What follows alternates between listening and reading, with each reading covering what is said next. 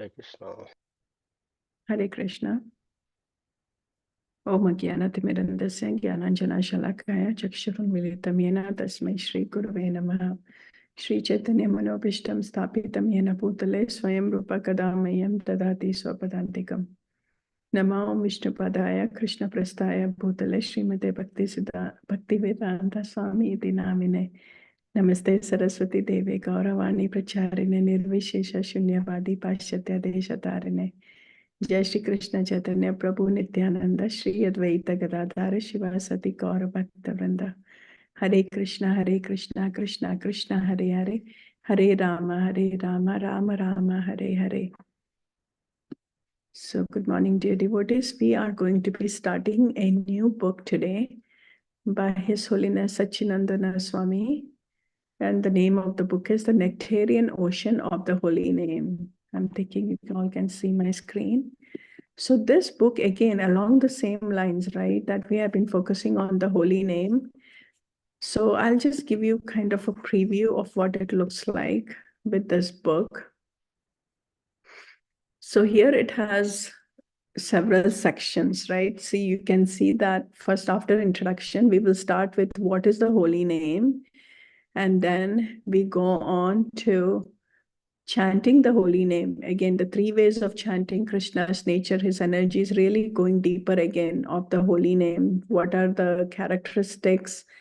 First, we start with the glories and things like that, and then chanting the holy name. Then it goes on. This was the very important reason. So I don't know if you all remember when we were reading the living name, in that section of Sharanagati, Maharaj mentioned about the chanting, the offenses to the holy name. And he said, all of this I have explained clearly and in details in this book, The Nectarean Ocean of the Holy Name. So that is really what prompted to explore more into this book, because, honestly, it is so important that as much as we are practicing, we are watering the seed of, bhakti and watering the seed of focus on the holy name. It is also important for us to know what are the things that we need to be very careful and we avoid with the chanting of the holy name. So the 10 offenses is really going into in depth. You can see there are 10 sections for the chanting offense. So we will look into all of that. And then it goes on to say about Namabhas. So what is chanting on the clearing stage, right? Because right now we may be in the offensive stage of chanting. We are definitely in the offensive stage of chanting. But then once we learn all of this, how do we get into the clearing stage? And then look at that, the key to pure chanting. And then Maharaj is also explaining about Shuddhanam. What does that mean when we go on to the pure chanting level? So those are really and see, there are some practical tips also to improve one's chanting. All of that is going to be coming here. And then it concludes with like the open secret, gaining the proper conception, proper attitude, and then there's a report. But it's just, so yeah, I'm very much looking forward to this whole reading with this going on. So today I'm just going to be starting with so Maharaj starts with the acknowledgements over there, and then I'm just going to start reading this forward. Summer 1971, like many young people of my age, I was standing up for the social and political changes of society with full conviction. It was just that time that I met my best friend, the Holy Name. Like many deep and long-lasting friendships, this one did by no means develop without complication or trouble. I can clearly remember the cultural shock when I heard the devotees singing Hare Krishna on television for the first time. Later, when I watched incredulously how they were dancing in front of the war memorial in Hamburg, I had already drawn my conclusion. This chanting does not fit into our European culture. It does not appeal to me. It is too exotic. Yet right away, I was seized by an inexplicable fascination deep in my heart. I felt not only addressed, but also called and challenged. A typical love-hate relationship started to develop. The more I became gradually acquainted with the holy name, the more I started to love it. When the record Radhakrishna Temple London together with George Harrison was played on the radio, I interrupted all activities and conversations and dedicated my full attention to the holy name. Even though in the beginning it made me wonder what was so special about this song. Was it perhaps that beyond all differences between cultures and musical styles, it pointed to a deep universal mystery? Finally, after having read the Bhagavad Gita, I would sit on the shore of the Baltic Sea in the evening and string pine wood beads on a curtain cord. Since I had no Japamala, the classic beads made of the holy Tulsi wood, I tied my own mantra string in order to chant the holy names with more concentration. Look at that. How did it all begin? The story of how Krishna's holy name came to the West sounds at first like a spiritual adventure. Prabhupada, the representative of a millennium-old disciplic succession, came to New York in 1965, following the order of a spiritual master. From a material point of view, he owned only 40 rupees, as much money as you spend in one day in America. He once said, in his heart, however, he held the most precious treasure, the holy name of the Supreme Personality of Godhead, Sri Krishna. Moreover, he brought an ancient Vedic prophecy and he had come to the West to fulfill it. The holy name would be chanted in every town and village of the world. Lord Chaitanya Mahaprabhu's prophecy. As soon as Prabhupada started to implant the Hare Krishna mantra firmly into the rough asphalt of the capital of sin, a beautiful tree began to grow with branches and twigs, creeping all over the world, the chanting of the holy name. The holy name is the first contact which the living being can have with Krishna in the material world.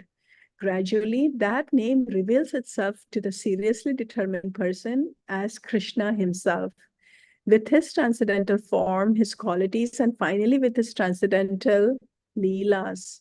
Thus, the holy name includes the variety and the aim of all spiritual realization. There is no need to look for God anywhere else. He is present in his name. At the same time, the practice of chanting the holy name is an open secret. Therefore, this book, The Nectarean Ocean of the Holy Name, is a humble attempt to reveal more about the deep mystery of the holy name. Most of all, it intends to provide the reader an improved access to proper chanting methods through numerous instructions from the age-old practice of chanting the holy name, so that in every single case, the name may reveal its full power. Thus, the Nectarean Ocean of the Holy Name is not a mere theoretical treatise. It is first of all a practical guide with the purpose to be, as far as possible, an everlasting source of inspiration.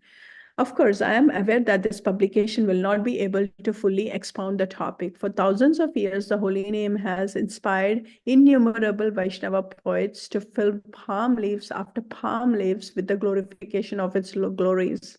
Nevertheless, since I have been granted a slight taste of the glories of the holy name, I would like to present some drops of its nectarian ocean, aware of the obvious shortcomings of my attempt. The Nectarian Ocean of the Holy Name is based on the work Harinam Chintamani, the gem of the Holy Name, by Srila Bhaktivinoda Thakur. By the mercy of Sri Krishna and my god brothers, I was allowed to study this book in Vrindavan in autumn 1988. I became so deeply inspired that I started to present it in a series of lectures in Zurich, which formed the basis for the first German edition of the present book. But this was just the beginning. Since then, I have continuously been engaged in exploring the topic of the holy name and was able to dive deeper and deeper into its nectarian ocean. I acquired more technical and philosophical information and detail about individual realizations, which developed into a completely new German edition. Thus, a completely new book about the holy name was created in 1997, which formed the basis for the English edition. The feedback was received. The German edition of the Nectarian Ocean of the Holy Name showed us about a wide spectrum of people acquired a copy of the book. The English version was read by even more. Since the book had to be reprinted, we took the opportunity to reorganize the original English version of the book.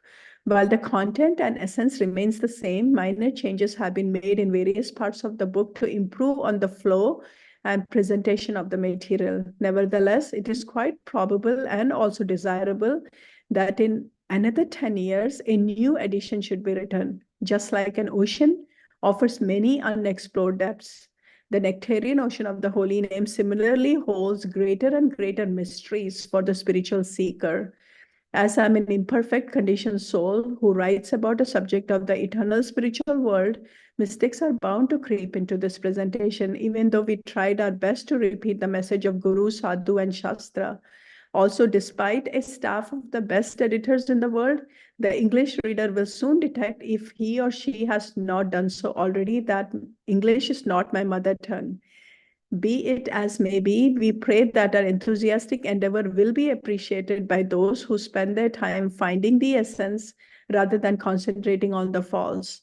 At this point, I would like to express my sincere gratitude to my eternal spiritual master, His Divine Grace A.C. Bhaktivedanta Swami Prabhupada, without whose patient and proficient guidance, I would never have met this ocean of nectar. I hope that he is pleased with my effort.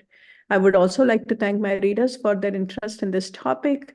I wish with all my heart you may find inspiration in reading this book again and again and gain spiritual strength from your own realizations, which will certainly come once you decide to dive deeply into the Nectarian ocean of the holy name.